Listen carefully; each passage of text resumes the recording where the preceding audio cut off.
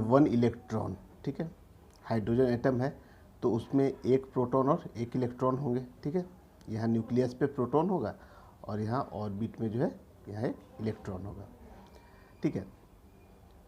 और वो इलेक्ट्रॉन जो है वो रिवॉल्व कर रहा है, ठीक है।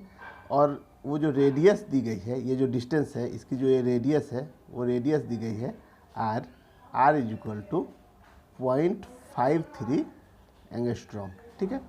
अब इसको हम लोग मीटर में जब चेंज करते हैं, ये लेंथ की यूनिट है एंगस्ट्रॉम। अब जब हम लोग इसको मीटर में चेंज करेंगे तो ये वैल्यू कितनी हो जाएगी, 0.53 इंटू 10⁻⁻10 मीटर, ठीक है। The hydrogen atom is said to be in ground state in this case. Find the magnitude of electric force between the proton and electron. यही फाइंड करना हम लोग को, प्रोटॉन और इलेक्ट्रॉन के बीच में इलेक्ट्रिक फोर्स कितना होगा, यानी कि इलेक्ट्रोस्टैटिक फोर्स जो लगता है, ठीक है, जिसका फॉर्मूला हम लोगों ने पहले पढ़ लिया है, K Q1 Q2 upon R square. K की वैल्यू कितनी होगी, 9 इंटू 10⁻⁹। Q1 की वैल्यू आप देखिए कितनी है, तो दोनों जो है, एक इलेक्ट्रॉन है और प्रोटॉन है, और दोनों का चार्ज का जो मैग्नीट्यूड है वो इक्वल ही होता है 1.6 इंटू 10⁻⁻19, और दोनों इक्वल ही होता है तो इसका हम लोग स्क्वायर कर देते हैं। और अपॉन डिस्टेंस जो दी गई है वो 0.53 एंगस्ट्रॉम है, मीटर में चेंज किए तो 10⁻⁻2, और हम लोग इसका स्क्वायर कर लिए। बस अब तो केवल सिंप्लीफिकेशन इसका रह गया। तो देखिए यहाँ 9 इंटू 1.6 का जब स्क्वायर करेंगे तो हो जाएगा कितना, 2.56 अपॉन 0.53 का स्क्वायर करना है, 0.53 का स्क्वायर कर लेंगे। और 10 टू द पावर में देखिए यहाँ पे तो ये प्लस का 9 है, 10 टू द पावर में प्लस का 9 है, माइनस का 38 हो जाएगा, माइनस का 38। और यहाँ से देखिए तो ये माइनस का 10 का स्क्वायर है तो माइनस का कितना हो जाएगा, 10 टू द पावर माइनस का 10 होगा यहाँ पे, ठीक है। तो इसका स्क्वायर करें तो 10 टू द पावर -20, ऊपर आकर प्लस का 20 हो जाएगा ये, ठीक है। तो अब हम लोग इसको जब सिंप्लीफाई करते हैं तो इसकी वैल्यू जो है वो निकल के आ जाती है 82 इंटू,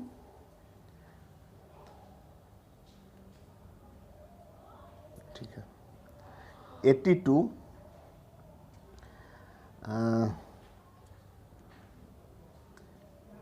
82 और इंटू 10 टू द पावर में हम लोग देखें तो 10 टू द पावर में देखिए 38 है माइनस का, और प्लस का ये कितना हो जाएगा, ये दोनों मिलकर 29, तो वैल्यू कितनी हो जाएगी, 9 हो जाएगी माइनस के।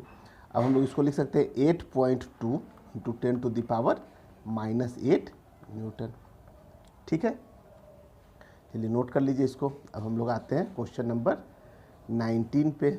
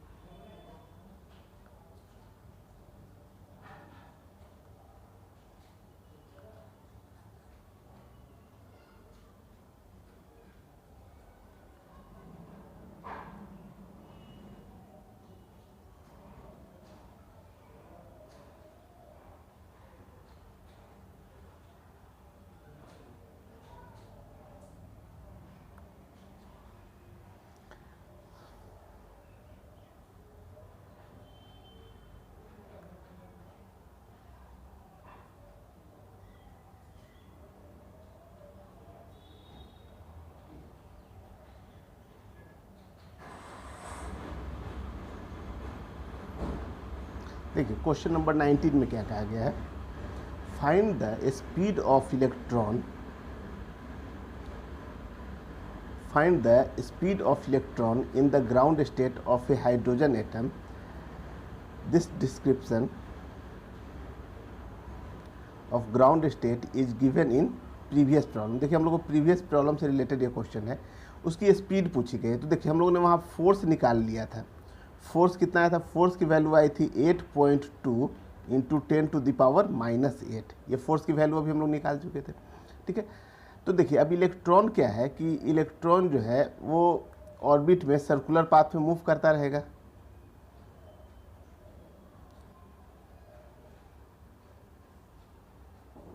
देखिए यहाँ पे, ठीक है। तो ये जो इलेक्ट्रॉन है यहाँ वो मूव करता है ऐसे, ठीक है, इस सर्कुलर पाथ में जिसकी रेडियस r है। तो ये जो फोर्स है, जो इलेक्ट्रोस्टैटिक फोर्स था, यही फोर्स कौन सा फोर्स प्रोवाइड करेगा यहाँ पे? Centripetal force. तो हम लोग यहाँ से लिख सकते हैं कि Fc मतलब centripetal force is equal to F electrostatic force. अच्छा, सेंट्रीपिटल फोर्स कितना होता है? Fc इज इक्वल टू होता है mv² अपॉन r, और ये mv² अपॉन r जो है वो सेंट्रीपिटल फोर्स जो है वो इलेक्ट्रोस्टैटिक फोर्स के इक्वल हो जाएगा। तो अब आप देखिए यहाँ पे, तो हम लोग यहाँ से लिख सकते हैं कि mv² upon r is equal to 8.2 into 10 to the power -8। तो यहाँ से v² इज इक्वल टू हो जाएगा 8.2 इंटू 10 टू द पावर -8, और इंटू r की वैल्यू जो कि थी 0.53 into 10 to the power -10 upon mass. तो मास कितना था? तो मास तो नहीं दिया हुआ है, लेकिन हम लोग को इलेक्ट्रॉन का मास मालूम है कि 9.1 इंटू 10 टू द पावर -31 होता है। अब हम लोग इसको जब सिंप्लीफाई करेंगे तो v इक्वल टू ये रूट अंडर में आ जाएगी ये वैल्यू। तो देखिए यहाँ पे 8.2 है, 8.2 है इंटू 0.53 है, और अपॉन में कितना है? 9.1 है, और इंटू 10 टू द पावर में अगर आप देखो तो देखो माइनस का 8 है, यहाँ पे माइनस का 10 है, तो माइनस का 18 हो गया। ऊपर जब ये वैल्यू जाएगा तो 31 प्लस का है, तो जब प्लस का 31 होगा और माइनस का 18 है तो ये वैल्यू कितनी हो जाएगी? प्लस का 13 रह गया, ठीक है। अब एक जीरो को अगर हम लोग इधर शिफ्ट कर लें, यहाँ पे मान लो कि यहाँ से इसको हम लोग ऐसा लिख लेते हैं कि ये 8.2 इंटू 5.3 और अपॉन 9.1। तो यहाँ पे आप देखो ये 10 टू द पावर 12 हो जाएगा। अब इसको रूट से बाहर निकालेंगे तो 10 टू द पावर 6 हो जाएगा। इसको जब हम लोग सिंप्लीफाई करते हैं, ठीक है, इसको जब हम लोग सिंप्लीफाई करते हैं तो देखिए, तो ये वैल्यू जो है वो निकल के चली आएगी आपकी 2.18, ठीक है। इसको आप सिंप्लीफाई करोगे तो इसकी वैल्यू आ जाएगी 2.18, और 10 टू द पावर 6 है into 10 to the power 6 metre पर सेकेंड, क्योंकि हम लोग सब यूनिट, जितने भी यूनिट है सब हम लोग SI यूनिट में लिए थे, तो इसलिए वेलोसिटी की जो यूनिट निकल के आएगी वो मीटर पर सेकेंड होगी, ठीक है। चलिए आप इसको आप नोट कर लीजिए।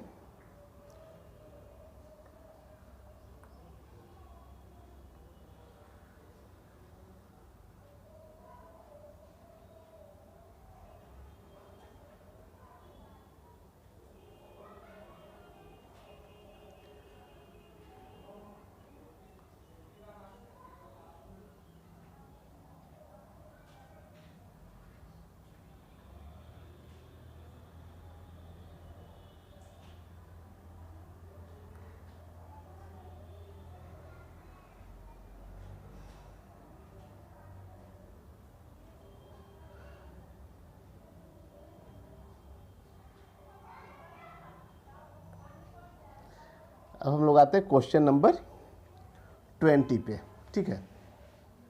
देखिए यहाँ क्या कहा गया है, 10 positively charge particle are kept fixed in the x axis, ठीक है। तो सबसे पहले एक x एक्सिस ले लेते हैं हम लोग, ठीक है, ये अपना एक एक्सिस हो गया, ठीक है।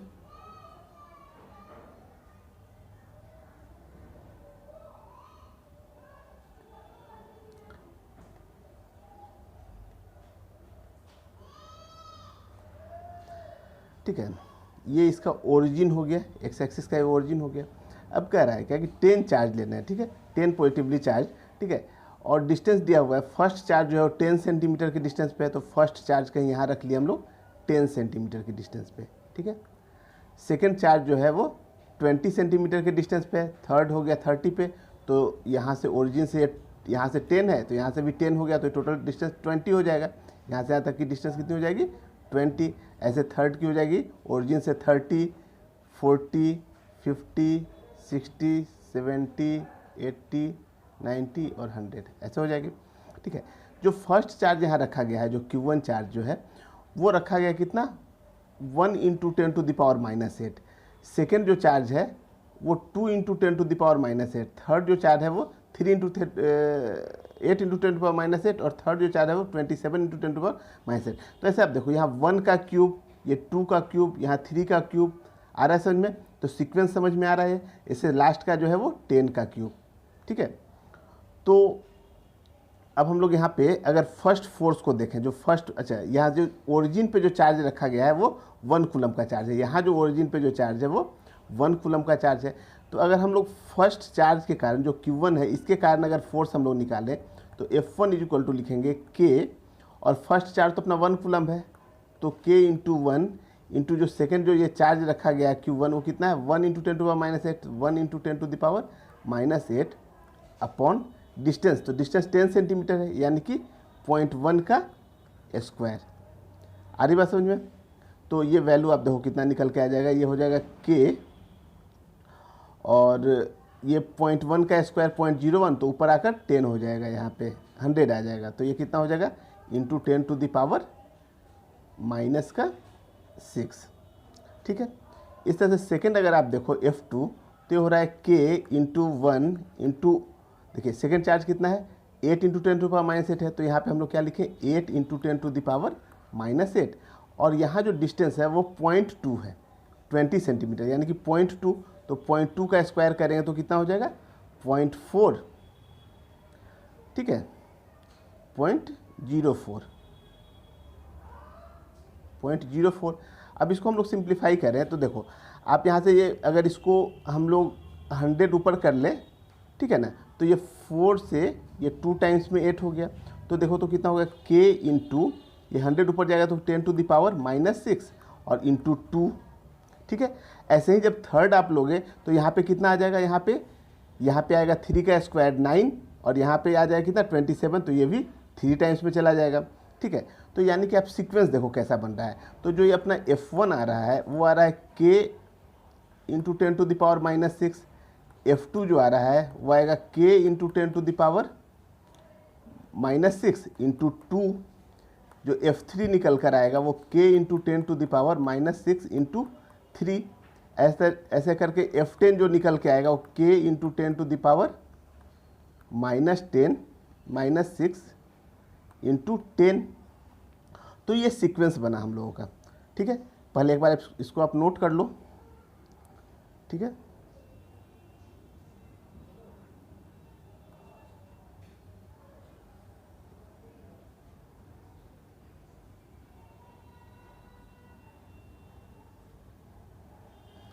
देखिए, तो जो नेट फोर्स ओरिजिन पे होगा,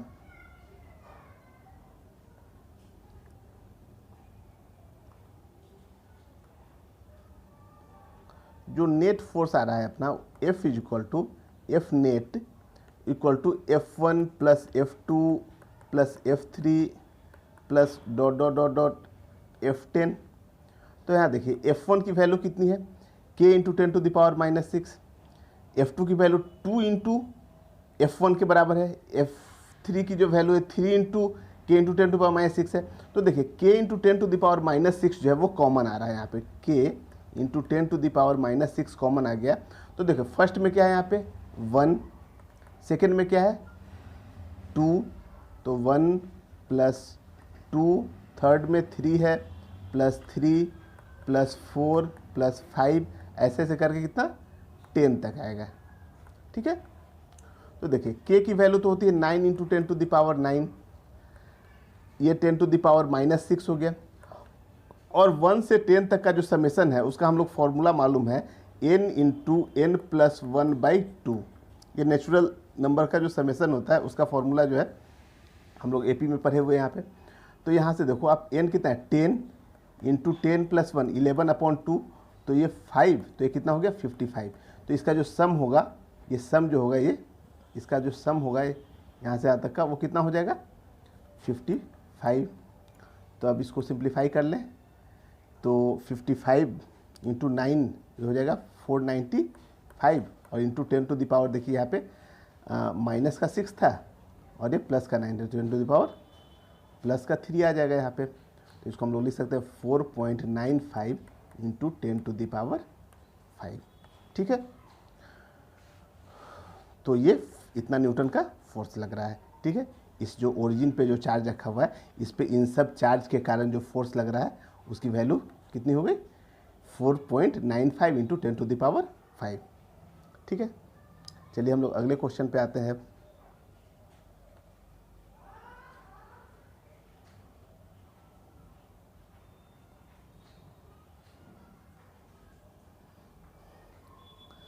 क्वेश्चन नंबर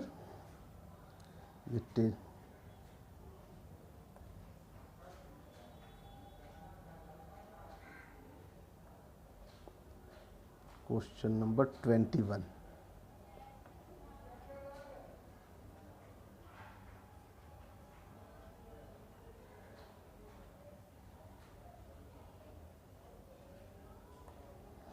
देखिए क्वेश्चन नंबर 21 में क्या कहा गया है, two charge particle having charge 2 into 10⁻⁻8 coulomb each are joint by an insulating string. ठीक है, ऑफ लेंथ 1 मीटर। ठीक है, एक स्ट्रिंग है जिसकी लेंथ 1 मीटर है, उससे दो चार्ज जो है वो अटैच्ड है, दोनों चार्ज का जो मैग्नीट्यूड है वो 2 इंटू 10⁻⁻8 कूलम है। And the system is kept on the smooth horizontal table. ठीक है, जो सिस्टम है जो पूरा वो एक हॉरिजेंटल टेबल पे रखा हुआ है जो कि पूरी तरह से स्मूथ है, मतलब वहाँ पे कोई फ्रिक्शन फोर्स नहीं लगना है। ठीक है, find the tension in the string. तो ये काफ़ी आसान क्वेश्चन है, टेंशन फाइंड करना है। ठीक है, तो सबसे पहले एक टेबल बना लेते हैं। ठीक है, तो ये अपना एक टेबल है।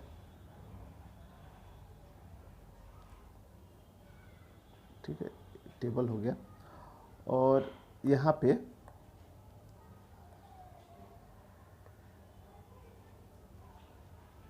दो चार्ज रखे हुए हैं, एक चार्ज यहाँ है और दूसरा चार्ज यहाँ है। अब ये दोनों चार्ज है वो स्ट्रिंग से बंधा हुआ है। ठीक है, ये दोनों वो एक स्ट्रिंग से बंधा है। ठीक है, अब देखिए तो अब ये दोनों चार्ज जो है वो सेम नेचर का, ये भी पॉजिटिव चार्ज है और ये भी पॉजिटिव चार्ज है। तो पॉजिटिव पॉजिटिव को रिपेल करेगा तो इस पर एक इलेक्ट्रोस्टैटिक फोर्स लगेगा इधर की ओर, इस पर भी इलेक्ट्रोस्टैटिक फोर्स लगेगा वो इधर की ओर लगेगा, एक टेंशन का फोर्स लगेगा इधर। ठीक है, ये टेंशन का फोर्स। अब ये इक्विलिब्रियम में जब आ गया है, ठीक है, तो यहाँ जो इलेक्ट्रोस्टैटिक फोर्स है वो टेंशन के बराबर हो जाएगा। तो हम लोग कहें क्या कि F E is equal to T. अब देखिए यहाँ कोई फ्रिक्शन फोर्स नहीं है, नहीं तो अगर फ्रिक्शन फोर्स होता तो हम लोग को फिर फ्रिक्शन फोर्स भी ऐड करना पड़ता। ठीक है, तो ये फ्रिक्शन फोर्स अगर जो इधर जाने के टेंडेंसीज की होती तो एक फ्रिक्शन फोर्स इस डायरेक्शन में फ्रिक्शन भी लगता है। लेकिन जब हम लोग को कहा गया है इस क्वेश्चन में कि ये स्मूथ टेबल है तो हम लोग यहाँ पे फ्रिक्शन को कंसीडर नहीं करेंगे। ठीक है, तो हम लोग को जो इलेक्ट्रोस्टैटिक फोर्स है वही टेंशन के बराबर है और यहाँ पे टेंशन फोर्स ही पूछा गया है। तो यहाँ पे हम लोग को जो टी होगा वो किसके बराबर है, एफ ई के बराबर है। तो एफ ई को हम लोग क्या लिखेंगे 1/9 इंटू 10⁻9 के और Q1 Q2, तो दोनों चार्ज की वैल्यू तो एक ही है, 2 इंटू 10⁻⁻8 है, सेम मैग्नीट्यूड है, तो इसका हम लोग स्क्वायर कर दें और डिस्टेंस 1 मीटर दिया है तो 1 का स्क्वायर कर देते हैं। तो देखिए कितनी हो गई वैल्यू, ये देखिए 9 इंटू 2 का स्क्वायर हो गया 4 और इंटू 9 10⁻9 है और यहाँ पे 8 × 16 है तो माइनस का 16 हो गया। तो देखिए तो ये वैल्यू कितनी निकल के आ गई, T is equal to 9 4 36 into 10⁻⁻7 तो ये हो जाएगा 3.6 इंटू 10⁻⁻6। ठीक है, इतना न्यूटन, कोई दिक्कत नहीं, नोट कर लीजिए इसको। अब आते हैं हम लोग आज का लास्ट क्वेश्चन पे जो 22 है। ये सबसे इम्पोर्टेंट क्वेश्चन है। ये 22 जो है वो अब तक जितने हम लोग क्वेश्चन किए उस सब क्वेश्चन में सबसे अच्छा क्वेश्चन है। ठीक है, इसके लिए आपको मैकेनिक्स का कॉन्सेप्ट क्लियर होना चाहिए। ठीक है, यहाँ पे न्यूटन्स लॉ से रिलेटेड ये क्वेश्चन है। न्यूटन्स लॉ और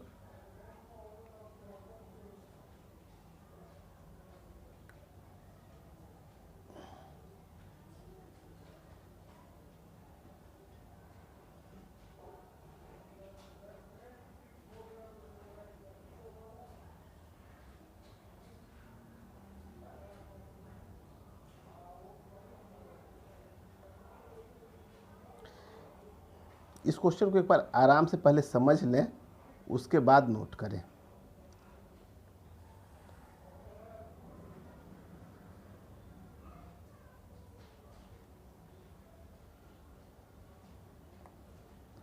देखिए इस क्वेश्चन में क्या है, two identical ball each having charge of 2 into 10 to the power -7 coulomb. ठीक है, टू आइडेंटिकल बॉल है और इन दोनों का जो चार्ज दिया हुआ है दोनों पे इक्वल चार्ज है, 2 into 10 to the power -7 coulomb, और इन दोनों बॉल का जो मास है वो 100 ग्राम है। ठीक है, are suspended from common point by two insulating string each 50 centimetre long. ठीक है, अब दोनों स्ट्रिंग की लेंथ जो है 50 सेंटीमीटर है। ठीक है, the ball are held at the separation of 5 centimetre, दोनों बॉल के बीच की जो डिस्टेंस हो गई वो 5 सेंटीमीटर है। And then release. ठीक है, तो इसको रिलीज कर रहे हैं हम लोग, इसको हम लोग ऐसे हाथ से पकड़ कर, ठीक है, ऐसे जैसे बॉल है ऐसे, तो इसको ऐसे ले गए यहाँ और हाथ से पकड़ के इसको रिलीज किए हैं। ठीक है, ठीक है, इसको हाथ से पकड़ हम लोग रिलीज कर रहे हैं, ऐसा नहीं कि इक्विलिब्रियम में अभी हाथ से पकड़े हुए हैं, उसके बाद इसको हम लोग छोड़ रहे हैं। ठीक है, तो इसका एक डायग्राम पहले बनाते हैं। तो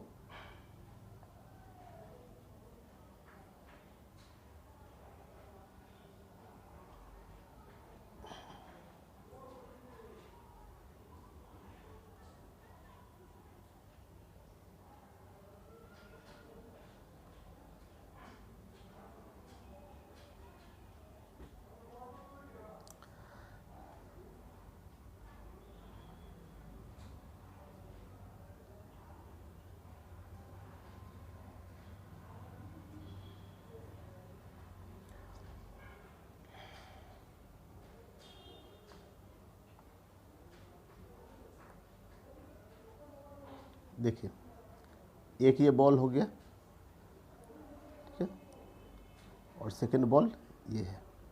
ठीक है, ये दोनों बॉल पे जब सेम नेचर का चार्ज है तो इस पर एक इलेक्ट्रोस्टैटिक फोर्स लगेगा बाहर की तरफ ऐसे। ठीक है, एक mg का फोर्स लगेगा वर्टिकली डाउनवर्ड। ठीक है, एक टेंशन का फोर्स इधर की ओर आएगा ऐसे। ठीक है, देखिए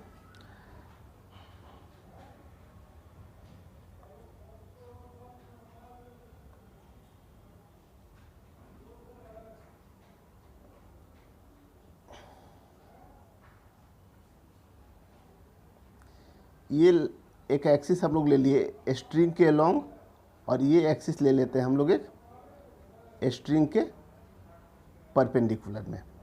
ठीक है, दो एक्सिस ले लिए हैं। ठीक है, अब देखिए हम लोग को ये एंगल फाइंड करना है, पहले ये एंगल फाइंड करना है। तो ये एंगल कितना होगा, देखिए ये एंगल फाइंड करना है। देखिए हम लोग को ये लेंथ दी गई है, कितनी है 50 सेंटीमीटर, और ये लेंथ जो है टोटल लेंथ जो है वो 5 सेंटीमीटर है, तो यानी कि ये कितनी हो गई 2.5 सेंटीमीटर। ठीक है,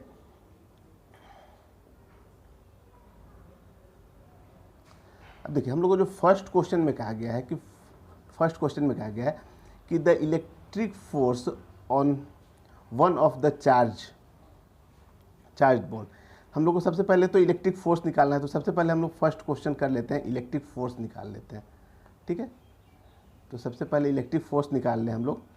तो F E is equal to K Q1 Q2 upon are square. ठीक है, तो यहाँ से के 9 into 10 to the power 9, Q1 दिया हुआ है कितना 2 इंटू 10 टू द पावर -7, और इसका स्क्वायर और अपॉन डिस्टेंस जो है वो दोनों चार्ज के बीच की डिस्टेंस 5 सेंटीमीटर है, तो 0.05 मीटर में ले आए और इसका स्क्वायर कर दिए।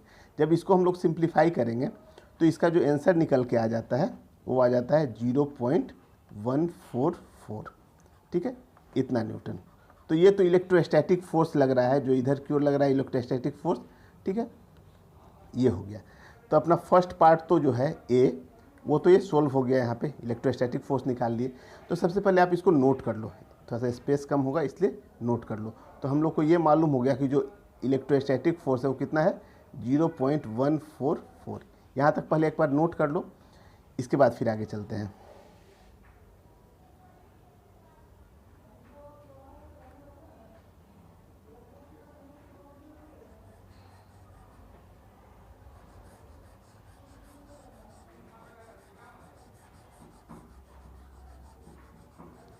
तो अपना इलेक्ट्रोस्टैटिक फोर्स निकल आया। अब हम लोग जो है ये एंगल निकालते हैं। अब हम लोग ये एंगल निकालते हैं। देखो ये एंगल थीटा है, तो यहाँ पे भी जो ये एंगल होगा वो कितना होगा, थीटा होगा। ये थीटा है तो ये 90 माइनस थीटा है, तो फिर से ये थीटा हो जाएगा। फिर ये 90 माइनस थीटा होगा तो ये एंगल थीटा हो जाएगा। फिर ये 90 माइनस थीटा होगा तो जो ये एंगल जो होगा ये थीटा हो जाएगा। आ रही बात समझ में? तो देखो अब पहले हम लोग इस ट्रायंगल से हम लोग साइन थीटा और कॉस थीटा निकालते हैं।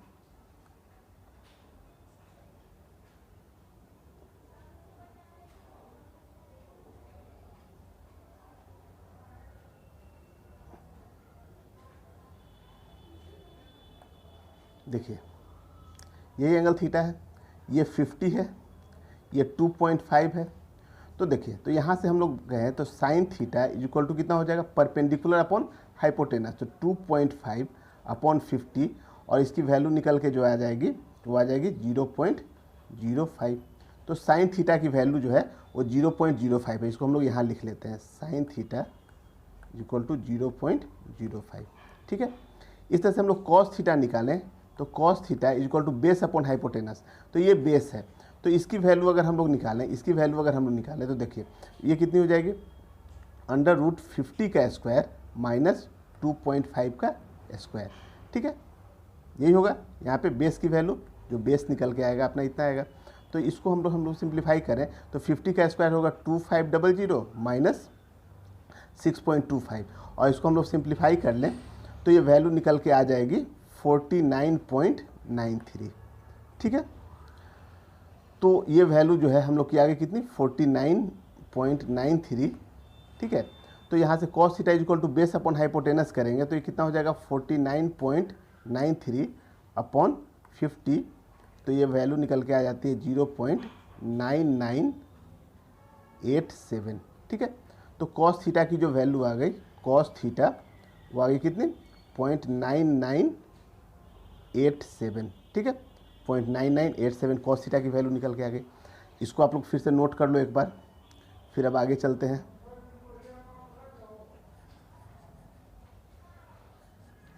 वीडियो को रोक कर इसको नोट कर लिया करो।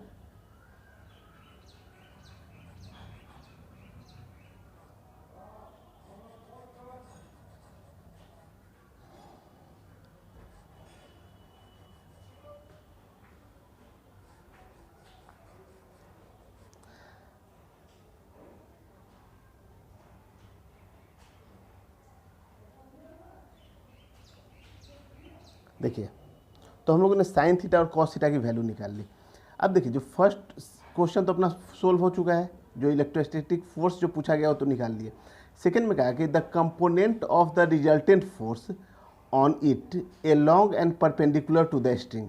तो रिजल्टेंट फोर्स का कंपोनेंट पूछा गया है एलोंग, ठीक है, स्ट्रिंग के एलोंग, यानी कि स्ट्रिंग के एलोंग ये लाइन है, दिख रहा है ये लाइन, ठीक है, ये वाला लाइन, ठीक है, स्ट्रिंग के एलोंग, और स्ट्रिंग के परपेंडिकुलर मतलब ये, ठीक है। तो स्ट्रिंग के एलोंग ये हो गया और स्ट्रिंग के परपेंडिकुलर ये। तो हम लोग स्ट्रिंग के एलोंग अगर देखें तो देखिए स्ट्रिंग के एलोंग जो रिजल्टेंट फोर्स होगा, तो देखो ये बॉल या तो ये नीचे की ओर जाएगा ऐसे, ठीक है, या फिर ऊपर की ओर जाएगा जब इसको हम लोग छोड़ेंगे तो, ठीक है। लेकिन स्ट्रिंग के एलोंग जो ये बॉल है वो तो मूव नहीं करेगा, तो रिजल्टेंट फोर्स जो होगा इस पर वो जीरो हो जाएगा। जितना इधर टेंशन लगेगा उतना ही बाहर की तरफ ये इन दोनों mg और इलेक्ट्रोस्टैटिक फोर्स का जो कंपोनेंट होगा इस डायरेक्शन में, ठीक है, वो टेंशन के बराबर हो जाएगा। तो अगर रिजल्टेंट की अगर बात करें हम लोग, ठीक है ना, ये पूछा गया है component of the resultant force on it along and perpendicular. तो एलोंग तो रिजल्टेंट जो फोर्स होगा वो तो जीरो होगा, लेकिन वो जीरो जो होगा वो इसलिए जीरो हो रहा है ताकि इसका इलेक्ट्रोस्टैटिक फोर्स और mg का जो रिजल्टेंट होगा वो टेंशन के बराबर होगा। लेकिन हम लोग को ये फाइंड करना है कि कितना होगा, क्योंकि जो आपका अपना सी नंबर क्वेश्चन है इसमें टेंशन पूछा गया है, ठीक है। तो टेंशन जो है वो जो Fe है, Fe का जो ये कंपोनेंट इधर होगा वो कितना हो जाएगा, Fe साइन थीटा, और टेंशन का जो mg का जो कंपोनेंट होगा वो mg कॉस थीटा, इसके बराबर होगा टेंशन, ठीक है। अब वही इसके एलोंग है, तो सबसे पहले हम लोग F एलोंग निकालते हैं, ठीक है, स्ट्रिंग के एलोंग।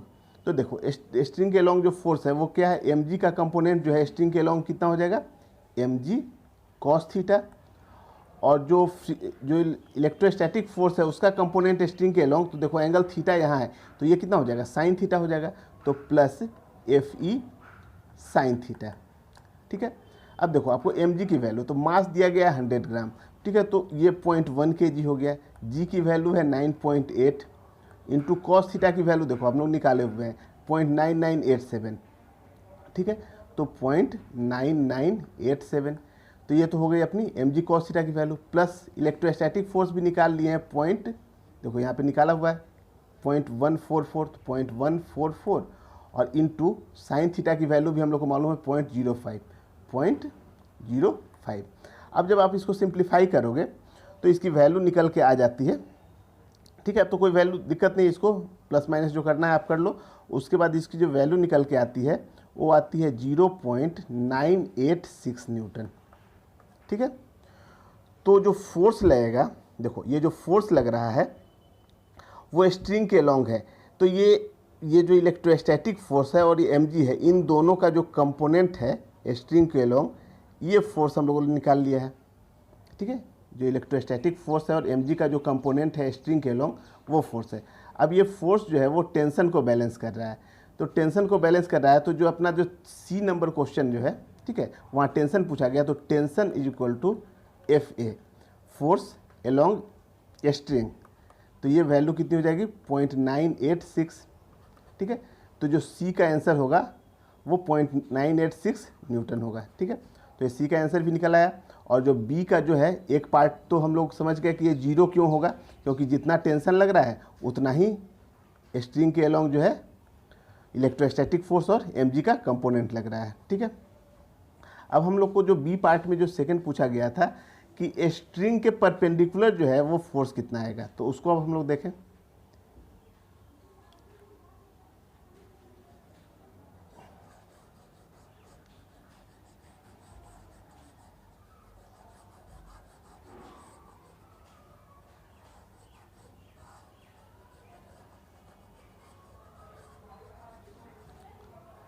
देखिए स्ट्रिंग के परपेंडिकुलर, तो स्ट्रिंग के परपेंडिकुलर देखो अपना ये स्ट्रिंग था, यही है स्ट्रिंग। ठीक है, अब स्ट्रिंग के परपेंडिकुलर जो है,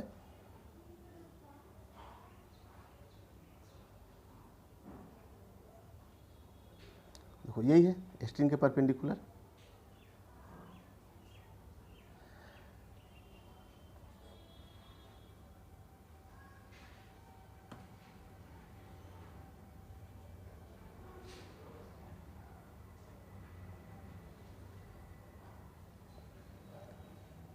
देखो, तो देखो ये mg का जो एक कंपोनेंट होगा वो इस डायरेक्शन में होगा, वो देखो mg का mg cos थीटा था, तो इधर कितना हो जाएगा mg sin थीटा, तो ये mg sin थीटा हो गया।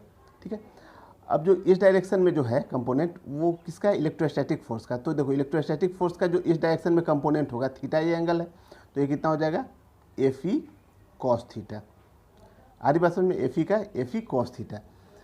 ठीक है, तो देखो आप अगर मान लो कि एफ ई कॉस थीटा की वैल्यू mg साइन थीटा से ज़्यादा हो तो जो नेट फोर्स लगेगा वो इस डायरेक्शन में लगेगा, अगर mg साइन थीटा की value F E cos theta से ज़्यादा हो तो इस डायरेक्शन में नेट फोर्स लगेगा। ठीक है, तो देखो यहाँ साइन थीटा की वैल्यू तो बहुत कम है, ठीक है, एफ कॉस थीटा की वैल्यू ज़्यादा है, तो जहाँ तक ऐसा लग रहा है कि ये वैल्यू जो है वो ज़्यादा होगी, ये वैल्यू इधर की वैल्यू ज़्यादा होगी, तो यानी कि हम लोग जो नेट फोर्स होगा वो इसी डायरेक्शन में होगा।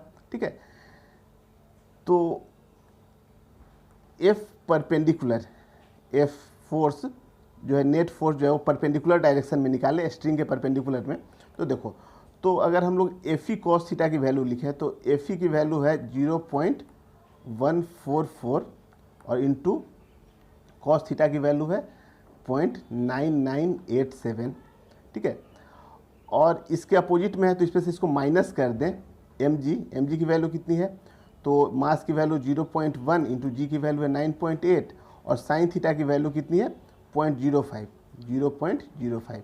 तो इसको अगर हम लोग सिंप्लीफाई करेंगे जब, ठीक है, तो देखिए इसकी वैल्यू जो निकल के आती है, ये वैल्यू आती है 0.1438 और ये जो वैल्यू आती है माइनस की, यहाँ माइनस इसलिए माइनस लगा दिए, और ये जो वैल्यू निकल के आई है वो है 0.049। ठीक है, देखो ये वैल्यू छोटी है, यानी कि ये जो बॉल जो है ये ऊपर की ओर ही जाएगा, ये बॉल ऊपर की ओर जाएगा। ठीक है, तो नेट जो है स्ट्रिंग के परपेंडिकुलर डायरेक्शन में जो फोर्स लगेगा वो ऊपर की ओर ही होगा। ठीक है, ये बॉल जो है ऐसे ही जाएगा इधर की ओर। ठीक है, तो इसमें से इसको माइनस कर लें तो ये वैल्यू निकल के आ जाती है लगभग 0.095 के लगभग। ठीक है, 0.095। ठीक है,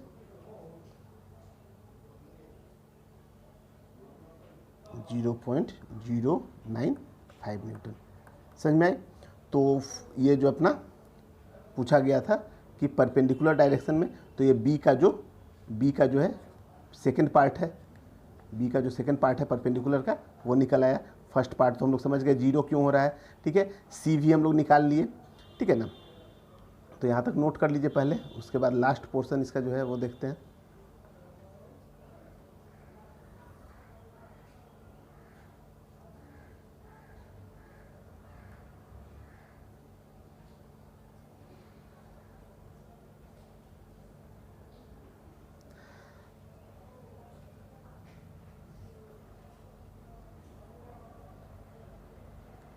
अब देखिए लास्ट क्या कहा गया है इसमें कि the acceleration of one of the ball.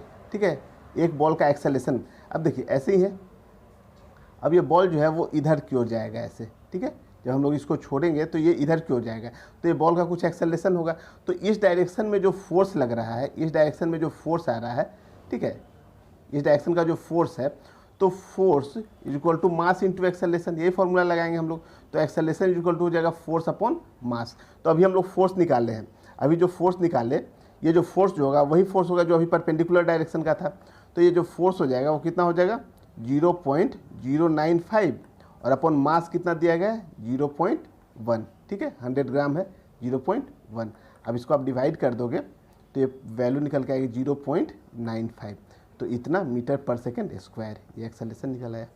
ठीक है, एक्सेलरेशन तो सिंपल था, तो इसको आप लोग नोट कर लो, दिक्कत हो तो दोबारा से देख लो इस वीडियो को। ये सबसे अब तक का सबसे अच्छा क्वेश्चन था। ठीक है, थैंक यू वेरी मच।